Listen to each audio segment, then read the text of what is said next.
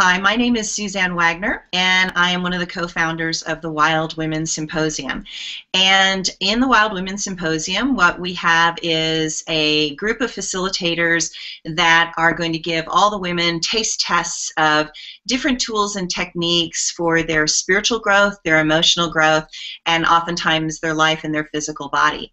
Today I have with me LaNae Staker, who is going to be one of the facilitators that will be teaching a few different classes at the Wild Women's Symposium, as well as being one of our resident psychics that will be doing free 20-minute readings at the Wild Women's Symposium.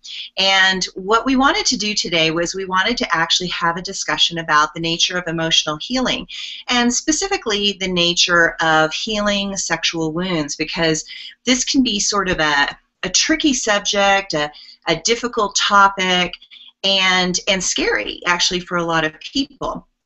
So hi LaNae, how are you? Hi Suzanne, I'm doing great. Thank you so much for having me today. Super excited to talk about this.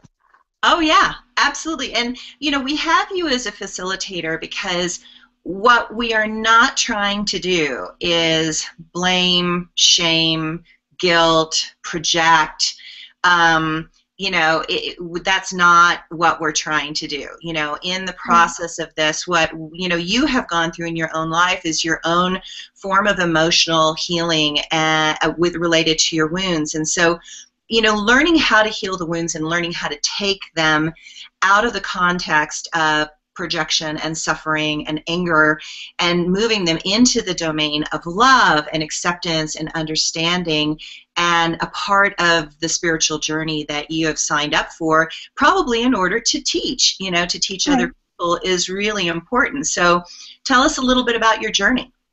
Yeah, so it's been crazy, not gonna lie.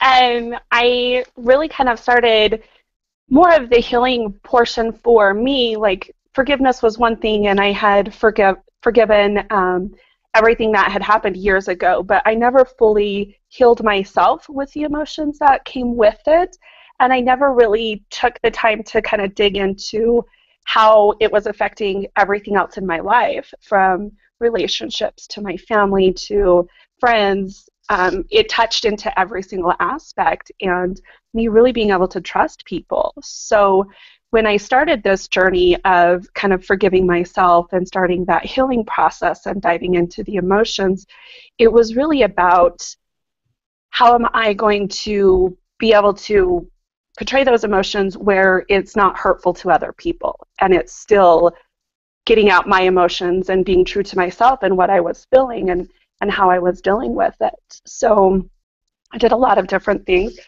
In my early teen years, I did really stupid things in regards to trying to deal with the emotion and trying to physically make it manifest. I started cutting myself, I started drinking, I started doing all of those behaviors that were really not helpful in any way, shape, or form, but it was a way for me to try to get them out of my body and out of how I was dealing with it. And it wasn't until about, I would say probably about 10 years ago that, I'm in a relationship where I've been married now for 13 years. I have a very caring husband who has loved me through every piece of it, and he's really been the one that's helped me the most with it and coming full circle with the healing. And I'm in a safe place where I can express those emotions and say, okay, I don't like this because it makes me feel like this, and he understands it and has helped me to really kind of get it out of my body and to do it in a way that's healthy and beneficial for both of us. Well, and I find that, whenever, my thought is that I don't know anybody who hasn't had some heavy-duty wounding from parts of their life. And our childhood, I think, is the formation stages of our personality. And when we're dealing with the nature of, any form of abuse, and I don't care whether it's emotional abuse, mental abuse, physical abuse, sexual abuse, any form of abuse, what happens is that we tend to shut down our grounding cord. We shut down our lower chakras, and the sexual energy and the emotional energy and the life force energy resides in the lower chakras. And so it makes people feel like they have no base.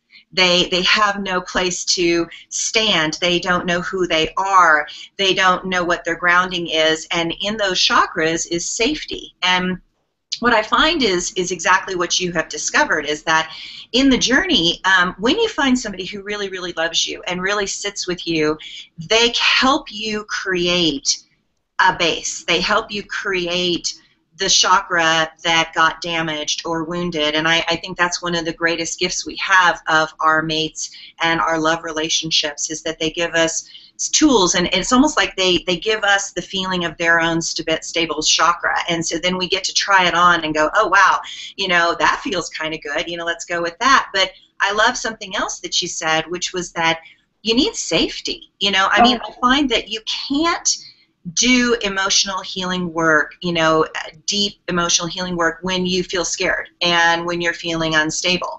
And so you have to find a way to create that safety, and then from the safety, then things start bubbling out and things start being able to be healed and resolved. Right.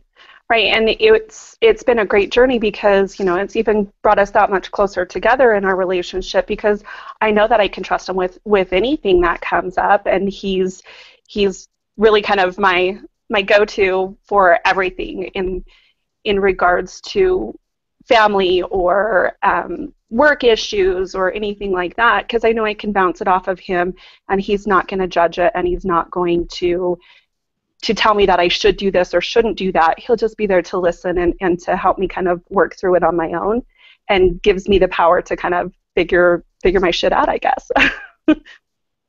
And that's really the truth. I mean, it's like people can't do the work for us. I mean, we have to do the work for us. I mean, I see people making a mistake, and the mistake is that, they think that somebody can be a spell caster and they can fix all the karma. If you just pay them $5,000, they're going to fix all your karma from your family. And I'm like, you can't do that. I mean, it's like, karma is your karma. Like, the first game is you have to take acceptance of it. You have to own it. And you have to recognize that I don't believe the universe creates anything as an accident. That I believe that some of us came in to be teachers. And, they have a phrase that they call the wounded healer teacher. And my joke is that the best healers that I know, the best teachers that I've ever had, have always been the ones that have been through the most shit. And they have had to climb themselves out of the darkness into the light, and so then they actually do know the way. And there are tools and techniques that are loving and gentle and not blaming and not projecting, and because that doesn't serve anybody in the long run. It doesn't serve anybody. And so again, it's like you're one of the teachers because you've walked the walk. I mean, you have done the work and popped out the other side, and I love it. It's like you're not mad, you're not pissed off, you're not resentful, you're not poking fingers in people's faces. It's like you're just saying, this was my experience. This was my experience, and this is how I took myself through it step by step to pop myself out of the experience. And so talk about some of the things that you tried and the tools that you tried, and some of the things that you're going to be using at the Wild Women Symposium to help women on that journey. Yeah, so some of the things that I tried, obviously, like I said, in my earlier teen years, were obviously not very effective. As of lately, I've really have used a lot of the Tibetan singing bowls. Meditation has been a huge thing for me to really kind of go in and do some of the inner child work that I needed to do, and to make sure that my inner child felt safe too as I was going through the process, because that was where all of the damage was, and that's where the wounding was. So I did meditation every single day, and I would do it in the morning when I would wake up, and then I would do it at night just before I would go to bed. That would be how I would fall asleep. And with that meditation and with the singing bowls and the vibrations from the singing bowls, it really kind of popped all of my chakras at once, and it made me feel like I was centered again and aligned, and that whatever came at me, I wasn't doing a dance and trying to self-correct and find my feet again. It stabilized where I was at. The other thing that was really, really beneficial to me in my journey was I started journaling. I started writing down how I was feeling so that I was being honest with those feelings and I was getting them out of my body, but I wasn't throwing them at somebody, and I wasn't, telling my husband that he was shitty or telling my girls that they needed to clean their room because of the stuff that I was going through. I was being honest with my feelings, but not putting them out there to them.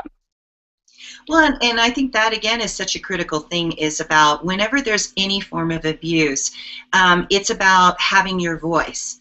I mean, even recently, I did a reading with a wonderful, sweet man, and, I didn't know that he had been really badly abused as a child, but I could see the block. I mean, it was like he was like unemotional. I mean, he could not communicate well, right? And yet everything in his astrology and his numerology said that this was a deeply sensitive, nice feeling person, but because of the nature of the abuse, he had figured out how to shut down or cut himself off. And when you do that, you actually can get sick. It actually makes you ill. It creates all sorts of health problems and symptoms that are forcing you to kind of wake up. And, what I love about yours was that, you even found out that you had a sleep disorder, because literally, your whole higher self was saying, wake up, wake up, wake up, right? And so, right. It's like the body keeps trying to talk to us, and learning how to express what you're feeling in a way that is constructive is super critical. I mean, I always say that in every bad experience I've had in my life, you have to find the sweetheart message. You have to find, why did I, as an individual, choose this DNA, this body, this family, these stressors, these obstacles, in order to grow. And I know that there's got to be a good reason. Do you know what I mean? And it's just like Mothers Against Drunk Drivers. Unfortunately, a child had to die from a drunk driver in order for a mother to get so upset that she became an advocate for, people not drinking and driving, and it became a whole movement and a force. And so I wish that we would learn without suffering, but the reality is that life is about suffering. And so, the Wild Women Symposium is about, really giving permission for women to feel what they're feeling in a safe container, just like your husband has provided that safe container. And then you, as a facilitator that has had the tools, to really say, hey, try this and try that, and we're going to do that in the class, and we're going to see what starts to unfold and what starts to happen, and this is what has worked for me. And we totally understand at the Wild Women Symposium that just because a tool works for us doesn't mean it works for everybody, but what the heck? I mean, let's at least give it a go. Let's give it a try. Right, and we're going to get that open communication out there too, to give these women a voice again. And one of the things that, as I started going through this journey, I realized that, I really didn't have a voice when it came to the abuse and when it came to me dealing with it, because every single time I had brought it up, I had also been shut down with it. So it'll be good to have women in a safe environment where they can also express themselves and say, okay, this is what has happened. We'll be doing the journaling, we'll be doing a little bit of open question and answers, just so that we get that healthy dialogue out there, so that there's not so much suppression energy in regards to abuse and in regards to sexuality, because in Utah, there's no conversation out there happening, and there's so many questions in regards to it as to how do I present myself and be vulnerable but still not get hurt in the process. And so Jackie and I will be giving all of these women a space where they will be protected and they will have that safe environment to express themselves and do it in a loving, caring way. So I'm excited. Yeah. Well, and and what I find is that in the process of abuse, I mean, we all have an experience, and then our minds are really funny things. Our minds will make up stories to protect ourselves or defend ourselves or to collapse ourselves, Mm-hmm. And so what I always say is that when you're dealing with the abuse, it's like what your experience is is your experience. The emotions are real. The emotions, the feelings are absolutely real. And sometimes, though, we will make up a story about it, and so then we have to unravel the story from the truth of the emotions, right? So that, we make up, well, I'm a bad person because this thing happened to me. And I'm like, whoa, whoa, whoa, whoa, whoa. That's a story, right? That it's like, yes, you had that experience. Yes, it was bad. Yes, it was horrible. But don't put something else on it, but just stay with the facts, like stay with the facts, stay with the feeling. It's the feeling that is the doorway to the healing. It's not the story, it's the feeling, and then when you process through the feeling completely. One of the things that I've learned with women is that women are really great. If you allow them to express themselves emotionally, they will actually self-correct. But you can't touch them. Do you know what I mean? When it's happening, you've got to just let them go all the way through it. And what I find is in the emotional realm, every emotion is a doorway to higher consciousness, but you have to go all the way through the emotion. And that's what most people are totally not willing to do. But there is a door, and if somebody touches you, it'll stop the process, or it'll actually sometimes create an additional block. And so it's so important to kind of, like you said, like you were using the Tibetan singing bowls and literally vibrating with sound, the chakra, so that it opened because it was vibrating. Right? And, and these are lovely, safe, gentle tools that aren't scary, because I don't think this has to be cathartic. I don't think this has to be a drama.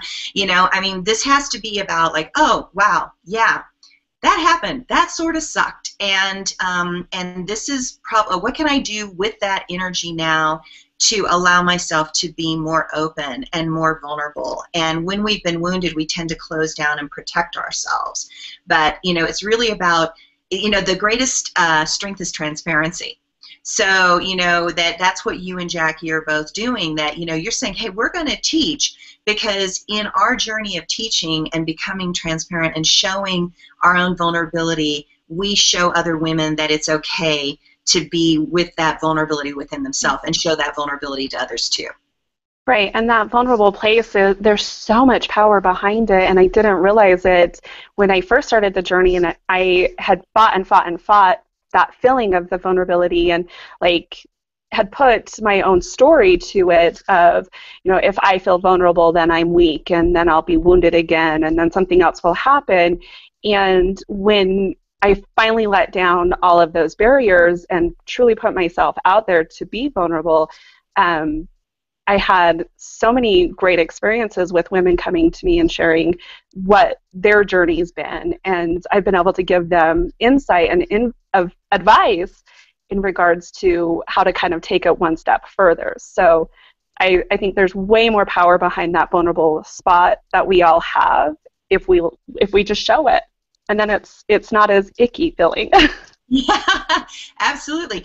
And so, I thank you for doing this interview, because, I know that doing these kind of interviews and putting them out on YouTube is an incredibly vulnerable thing to do. It really exposes you on so many levels, and it takes a person with great love and great strength and great authenticity to reveal, their own vulnerability. And to me, that is a beautiful thing. And so I really thank you for taking the time to go deeper into this subject, because I know it's kind of a scary subject for women, but I wanted them to really understand that this is going to be a beautiful journey, and it's not going to be a painful, miserable thing. It's like, it's not about dragging up the past and getting stabbed again. I mean, this is not what it's about. It's going to be about love and healing and transformation. So any final words do you have for everybody? I'm just getting very, very excited for Friday to hurry up and get here. We'll be doing quite a bit of work there at the symposium. Jackie, I know, is doing a lot of free emotional stressors, and in addition to the classes that we'll be teaching, and I'll be doing the psychic fair portion as well. So just getting excited to see everybody again and to connect on a more intimate level and help whoever needs help.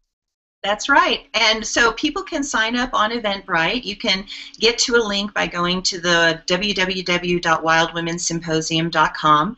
And if you click on the Eventbrite and you actually register, or actually even, as you just get to the Eventbrite page and you go down to the description of the Wild Women's Symposium, you'll see actually a class agenda. And you can actually click on that, and you can actually go to the scheduler and you can sign up on the scheduler ahead of time to do LaNae and Jackie's class or any of the other classes from the Wild Women's Symposium ahead of time, because we're going to have quite a few women, and it's been a little confusing to have them go, oh my gosh, I've got all these classes to choose from, what do I do? And so you can sit at home this week and you can scroll through all the classes and you can kind of pick your schedule and set your schedule and print it up for yourself so that you know what you're doing every hour on the hour. And just know that when you go into the online scheduler, you will be required to create a username and a password for yourself, so that we just know some strange person isn't scheduling for no reason and filling up a class and blocking a class, right? So anyway, we hope that all of you are a little bit more informed about the whole process of emotional and sexual healing. And thank you again, LaNae, so much. And we can't wait to see all the fabulous women coming to the Wild Women's Symposium. Thank you, Suzanne. Have a great afternoon. You too. Bye. Bye-bye.